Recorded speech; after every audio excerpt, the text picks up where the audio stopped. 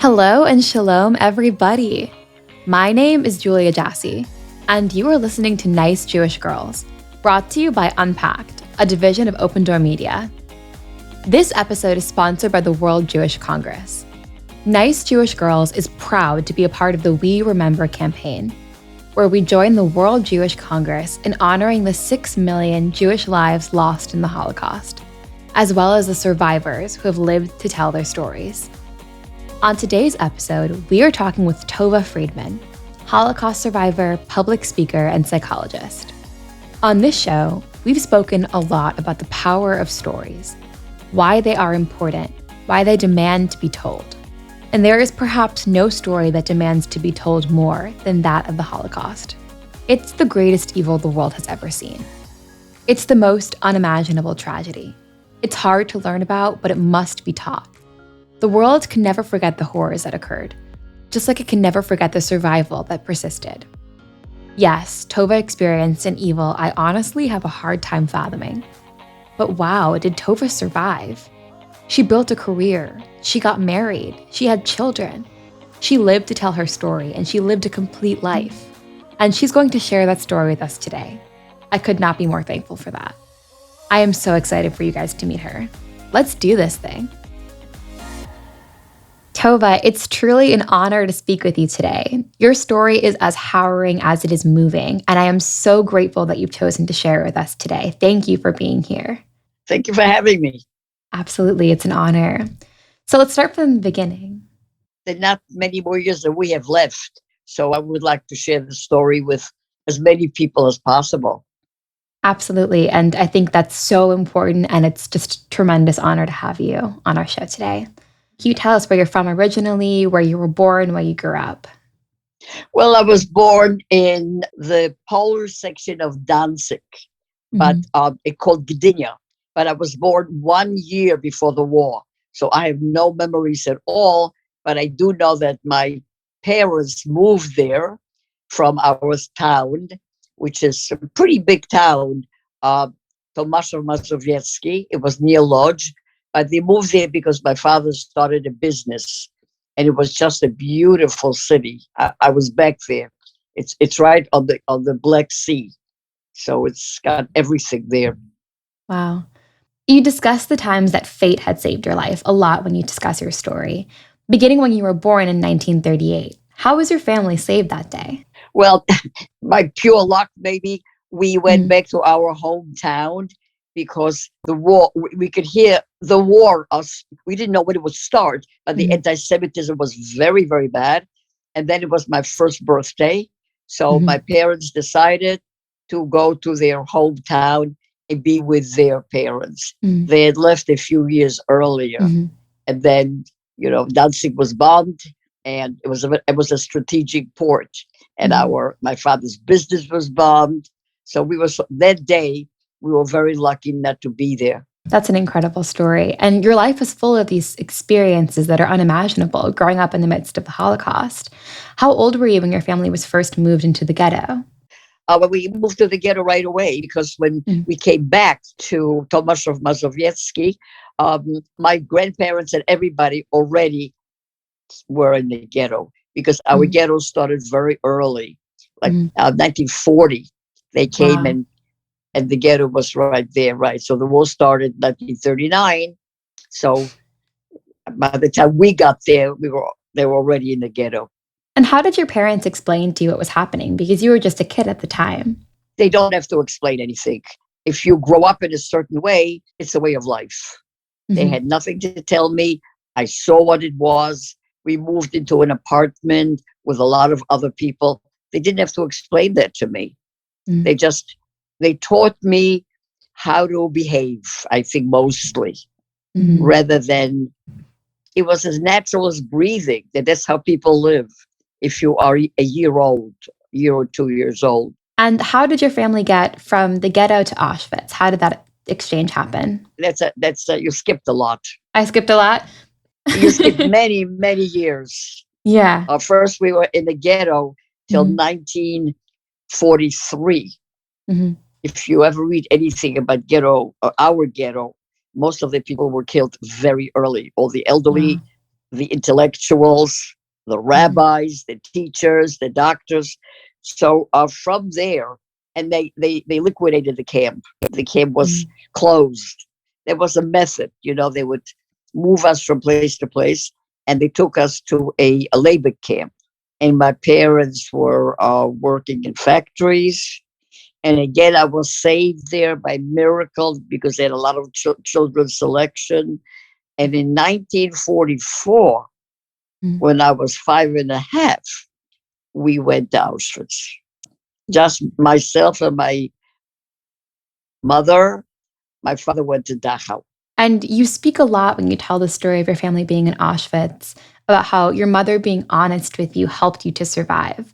So, how did your mother explain to you what was happening there? Well, she didn't explain anything. What she did, she verified what I saw. Mhm. She didn't. So when we had just arrived at Auschwitz, we were all undressed because they were making sure that we're healthy. Those who weren't healthy would be killed right away, would go to the gas chambers because they only Mhm. wanted healthy workers. She explained this to me. I said, "Why are we all undressed?" She said, "We were undressed because they want to make sure that we're healthy." Mhm. So, in other words, she didn't have to tell me what's going on. She verified what I saw so that I would understand it without being scared. Or she thought that honesty will help me survive. Absolutely. And at a certain point in the camp, you and your mother were separated. Were you with other children at this point? Did they understand what was happening? How did you guys experience this? Well, I was separated because I was ill, very, very, very ill. Mhm. And they took me away from my mother. Most of the time, they would just kill the people. But Mhm. somehow I got better. There were no Mhm. doctors, no medicine. And then they took me to the children's place. And that's where they tattooed all the children. And we were there until the end of the war. And in the middle, they tried to get rid of us. They took us to the gas chamber. And somehow we never know what happened, but the gas chamber didn't work that day. So Wow. we really made it to the very end, almost the last day when Wow. the Allies came and the Germans fled. And how were you and your mother reunited? Well, she came and she knew where I was. I didn't know where she was, but she was with the women. She always followed where I was, and she took me out of the children's place because it was a chaos by then. Mhm. And she said to me that they are having people march to Germany because they were trying to leave no witnesses, which is also ridiculous. There were thousands of people and dead all over and live people, but they wanted no witnesses. So she took me and she hid me in a hospital with a corpse. Wow. And I stayed there until they literally left the camp. Because when they came to check the corpses, of course, they didn't find me. I was inside the blanket. So that's sort of and she did the same. Wow. So that's the kind of, and other people did the same thing. People hid in many ways in different places not to go on the march, which is, as you know, later known as the Death March, because about Mhm. 90% of the people died walking in the snow, barefoot and hungry. So we try to avoid that. Wow. And what did you and your mother do once the Allied soldiers came? How we just stayed there. Mhm. We didn't know what to do. She was ill. We were starving. So we stayed there for I don't know how long, at least 5 or 6 months to sort of recuperate. And then the Russians were there, and they fed us, and they had hospitals, and they Mhm. baked for us. And Wow. then the Red Cross came, and they gave us a pass so that we can travel on trains and buses for free because we had no money. And Yeah. everybody was going home trying to find out when was the last time they saw the people and see how many people survived. And this is an experience that would be traumatizing for anyone, but you were just a child at the time. So, how did you understand this? How do you remember feeling about this all as it was happening? I thought that that's life. I thought that all Jews have to be killed, especially children. Mhm. You see, I didn't know any any life before the war, and I had no real life in the war. And after the war, Poland was very anti-Semitic, and I couldn't go to school.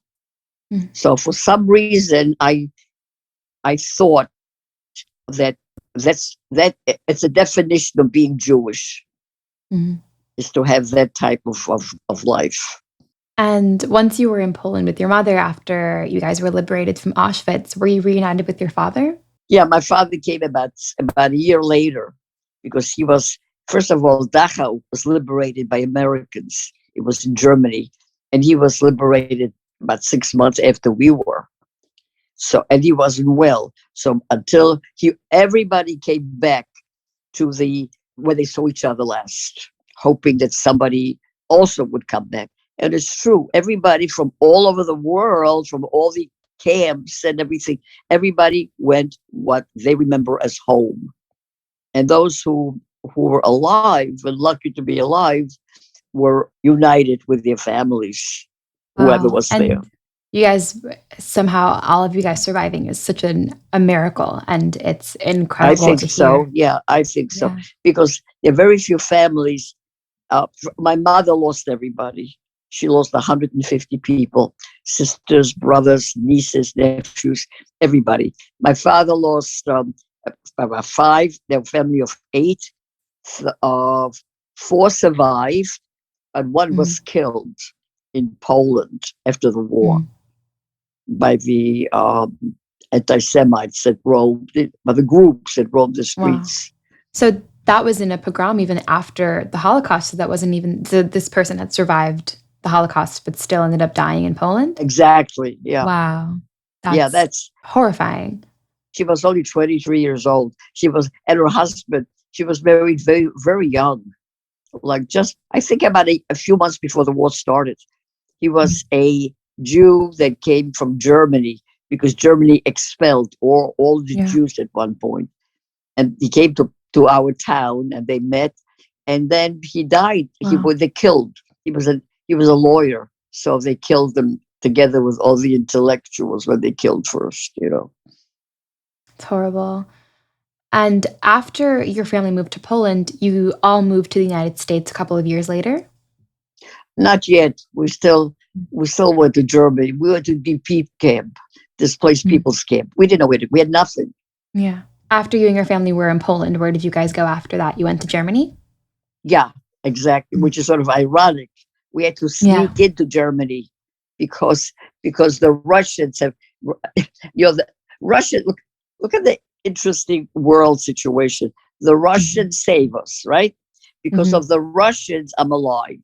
Poland became communist, and they were very tough, and we could not leave the country. Mhm. So we had to sneak out in the middle Wow. of the night to go to Germany. But we went to Berlin, and there was the American sector.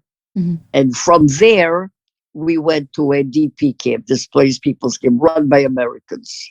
And from there, we went to America.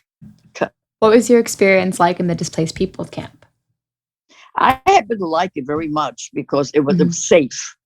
First of all, I was among Jews, Yeah. and I knew that nothing will happen to me. Mhm. And I went to school for the first time. Mhm. It was a very Zionistic place because they sent teachers from Israel to teach us. Mhm. So it was a good. But I also had TB at the time. So for Oh, about wow. 9 months, I was in a TB sanatorium. But on the whole, I was treated. We were all treated very well. That I Mhm. remember. You know, the camp was a very vibrant camp with schools and sports groups. We had movies. It was and even we marched in the Independence Parade in 1948 when Israel Mhm. became a state. It was in many ways a healing place for people who had no place to go.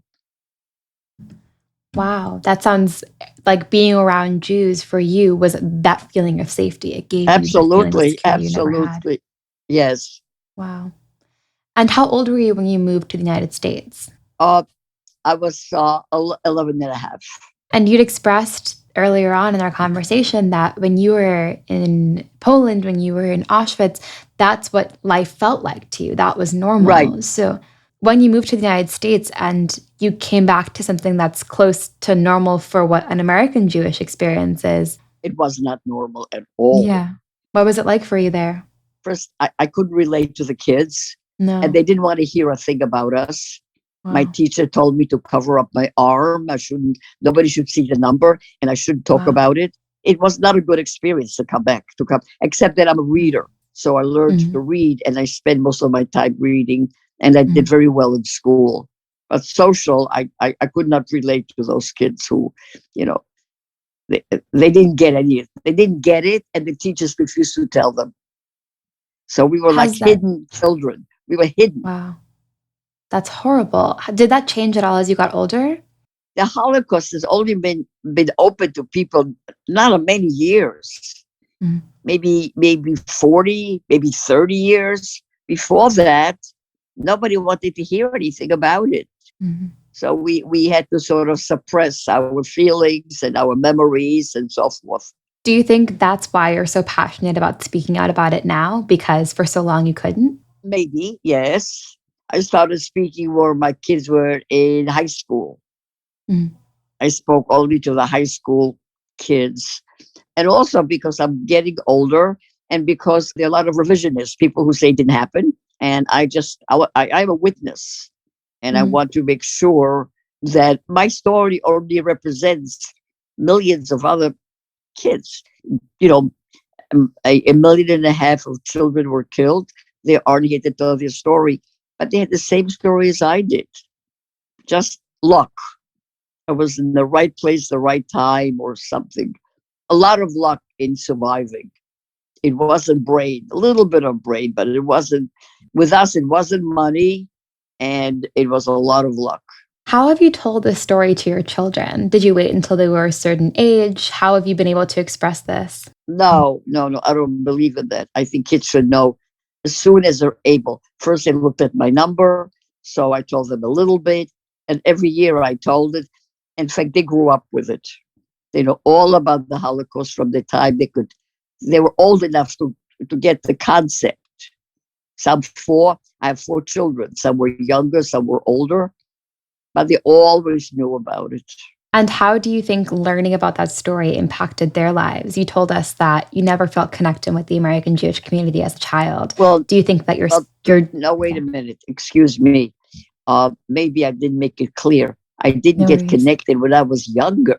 I'm Yeah, talking about 11 years old. I'm not talking about now. absolutely. I mean, of course, I also lived in Israel for many years. It was much easier for me to be connected there. But no, Mm, I'm a therapist. I've been working in a community for many, many years. mhm, But I want my children to be very Jewish. mhm. And part of being Jewish is our Holocaust story. And Absolutely. most of them went to day schools. Very important to me.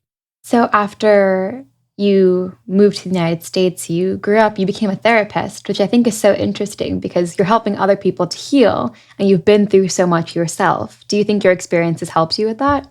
Yeah, I think that it's good for me. And also, I can see their problems in perspective Mm, and how to deal with it. But I also taught in the Hebrew University when I wasn't a therapist. This is my second career. mhm, But I always felt that because I was who I was and I understand other people's pain and traumas come in all different shape and forms. It doesn't mhm, have to be the Holocaust. mhm, Traumas come. And I understand the whole process of how to get on with your life. mhm. Absolutely. And speaking out about your story, what do you hope people will gain from it? What do you hope people will learn from your story? Very hard to say. Different people will learn different things, but that you can overcome adversity. I think that's what it is. Like with the COVID now, uh, the people are doing very well with COVID, by the way, because some of my clients are hysterical. Others became very introspective. They do reading a lot if they can't go out, or they work remotely like I do. So some people are doing well, really well with it, and other people don't. So the the perspective is this too shall pass. That's what I have to say. This too shall pass, and that there is hope. I'm very big on developing hope in people because once you become hopeless, you can't get out of the mess you're in. Do you think that hope helped you to survive when you were a child? I'm not so sure, but the woman who tattooed me was a young woman, about 18, Mm, and she said to me, "When you survive," she didn't say. Well, she sort of gave me hope that I'll survive. mm. And she told me to cover up my arm when I get out, so I shouldn't be embarrassed. But the idea that I could survive, was as a child, I really didn't feel it that much. I think that every hour was a struggle, every Mm. single hour. And when you made it that night, you were very happy. Has your understanding of what you went through as a child changed as you've gotten older, especially as you now work to help others process their trauma? I carry it with me all the time. Mm, It's not something that you can leave behind, but I mm. think it's not a trauma, it's just a scar. Yeah. And that helps me remember that other people have scars and how to deal with it. And Mm, should we open scars or should we close scars? Some scars you live with mm. comfortably. Other scars have to be opened so they Yeah. can heal. I think that's what I differentiate between these two types of scars. Yeah. One of the biggest thing is the importance of family. I think that if my mother hadn't been there, I would have died probably. Mhm. And then when the war was over and she didn't find anybody, she was extraordinarily upset and she died very early. But those who have families during the war and after did much better. Friends and family Mm. keeps your emotions in check. Absolutely. And you expressed that you were really young when this all happened to you. So this was what was normal for you. But for your parents, they were a little bit older. After the Holocaust, how did they move on with their lives? Were they able to heal like you were able to find that healing? My mother never healed because Mm. she lost too many people. She died at the age of 45. My father did. I'm so My father sorry. remarried, and yeah, and he seemed, and also living in Israel for Mm, my father and myself was very healing, very mm, healing. And Israel is sort of a healing place for all Jews, even if you don't go there. It's still mm. part of your life. And you expressed that even being in the camp in Germany, being around other Jews for you was healing. Do you think that's why Israel was so healing for you too, that you were able to be around a community that understood what you'd gone through? Well, absolutely. Yeah. As far as we know, there is no anti Semitism. It's not an egalitarian society. Everybody has social classes like everywhere else, but at least you don't hear dirty Jew and things are not forbidden. It's a symbol, I think, for all the Jews in the world that we are respectable people. I guess that's the way to put it.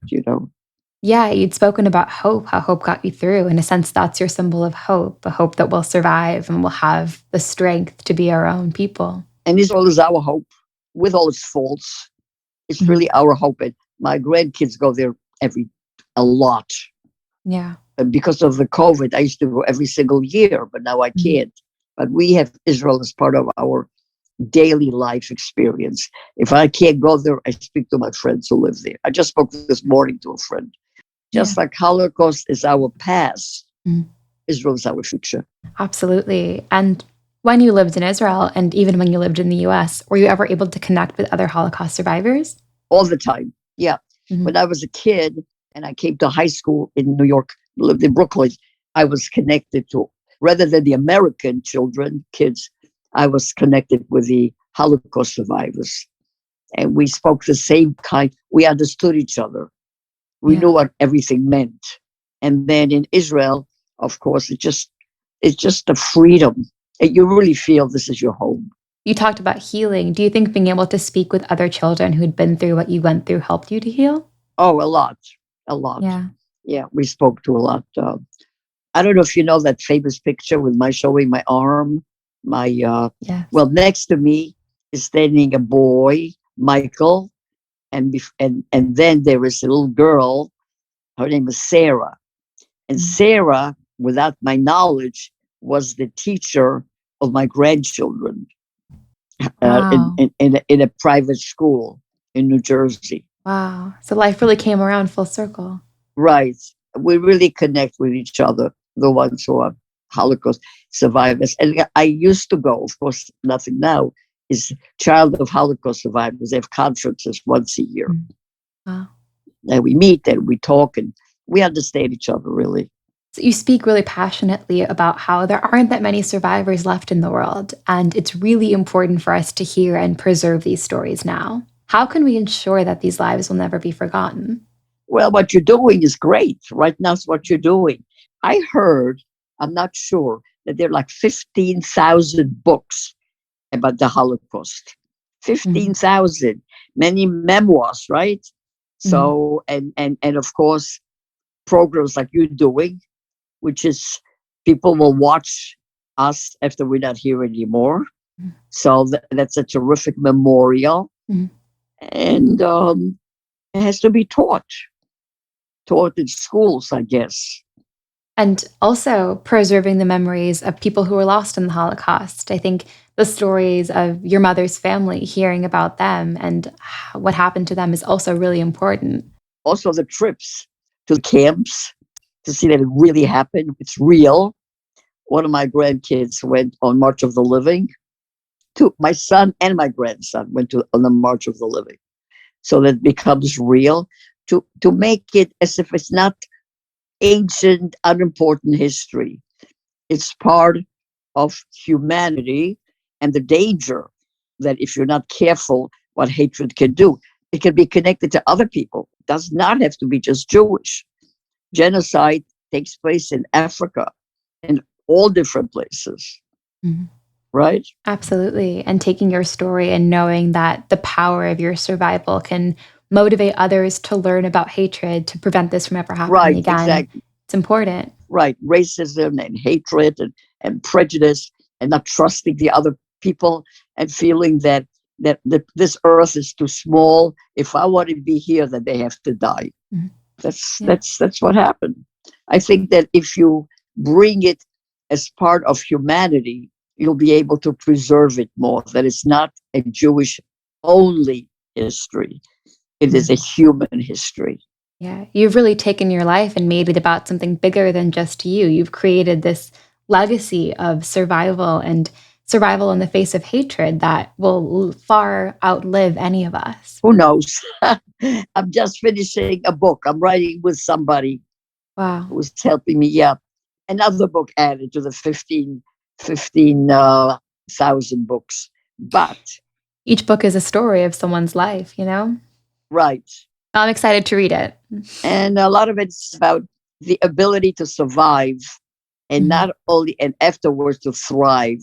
Not only we were not just survivors, we're thrivers, whatever that is. Absolutely.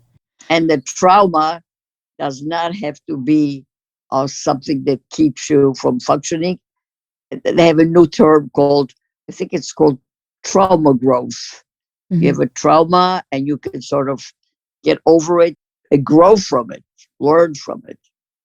It's possible too. I think that really brings us to the last question that we have for every guest and what this podcast is about. Your story is unbelievable, and the young Jewish people listening to it today will never have lived through what you've lived through, but can hopefully take something from your story and feel stronger because of it. So, what's one piece of advice that you'd want to give a young person listening to this podcast today about how to navigate the world as a Jewish person and not just survive, but thrive, just like you said? Right. Well, first of all, I like to give them hope Mhm. that because without hope, you'll just go to bed and sleep, Yeah. right? Or something.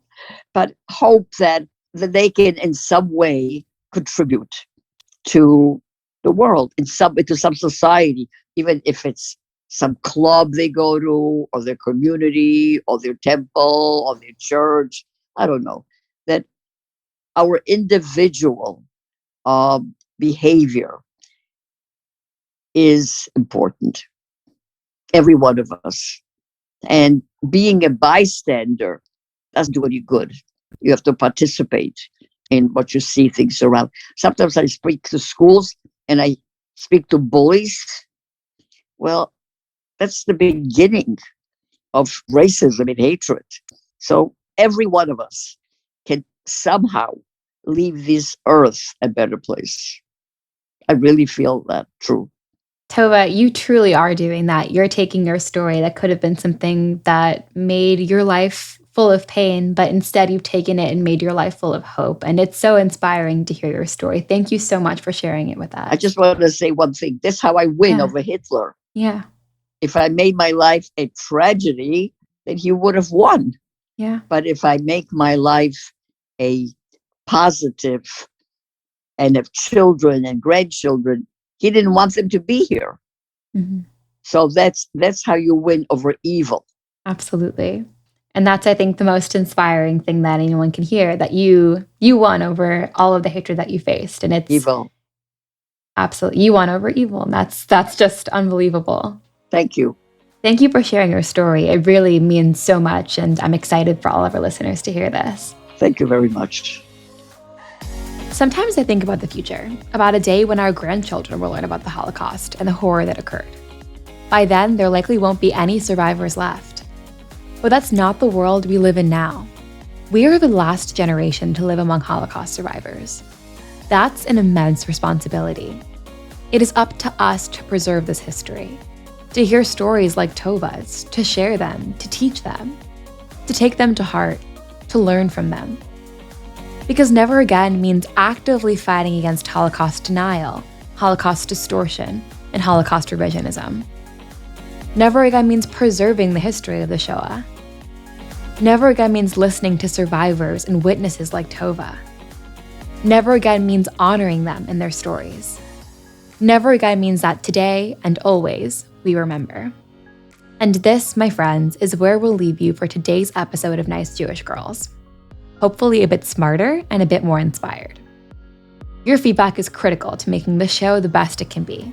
So contact us at podcast@jewishunpacked.com. And don't forget to join us next week, when we'll be speaking with Cheddar News anchor Jill Wagner. Nice Jewish Girls is a production of Unpacked, a division of Open Door Media. Rivki Stern is our producer, and I am your host, Julia Jassy. Check out JewishUnpacked.com for everything Unpacked related, and subscribe to our other podcasts. And be sure to follow Unpacked at all of the social media places. Just look for @JewishUnpacked. Talk to you later, ladies.